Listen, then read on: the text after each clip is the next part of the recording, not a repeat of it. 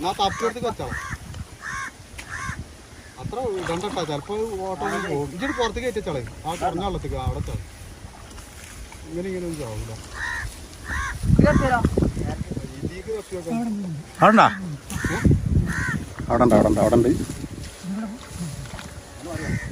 അവിടെ ആരാളെ അടി കൂടെ ആണ്ട് വെച്ചോടാ. സിദ്ദീഖ് അവിടെ ഇരിക്ക. അവിടെ ഇരുന്ന് കൊടുക്ക. ഇങ്ങോട്ട് കഴിഞ്ഞാ പിന്നെ കിട്ടൂല.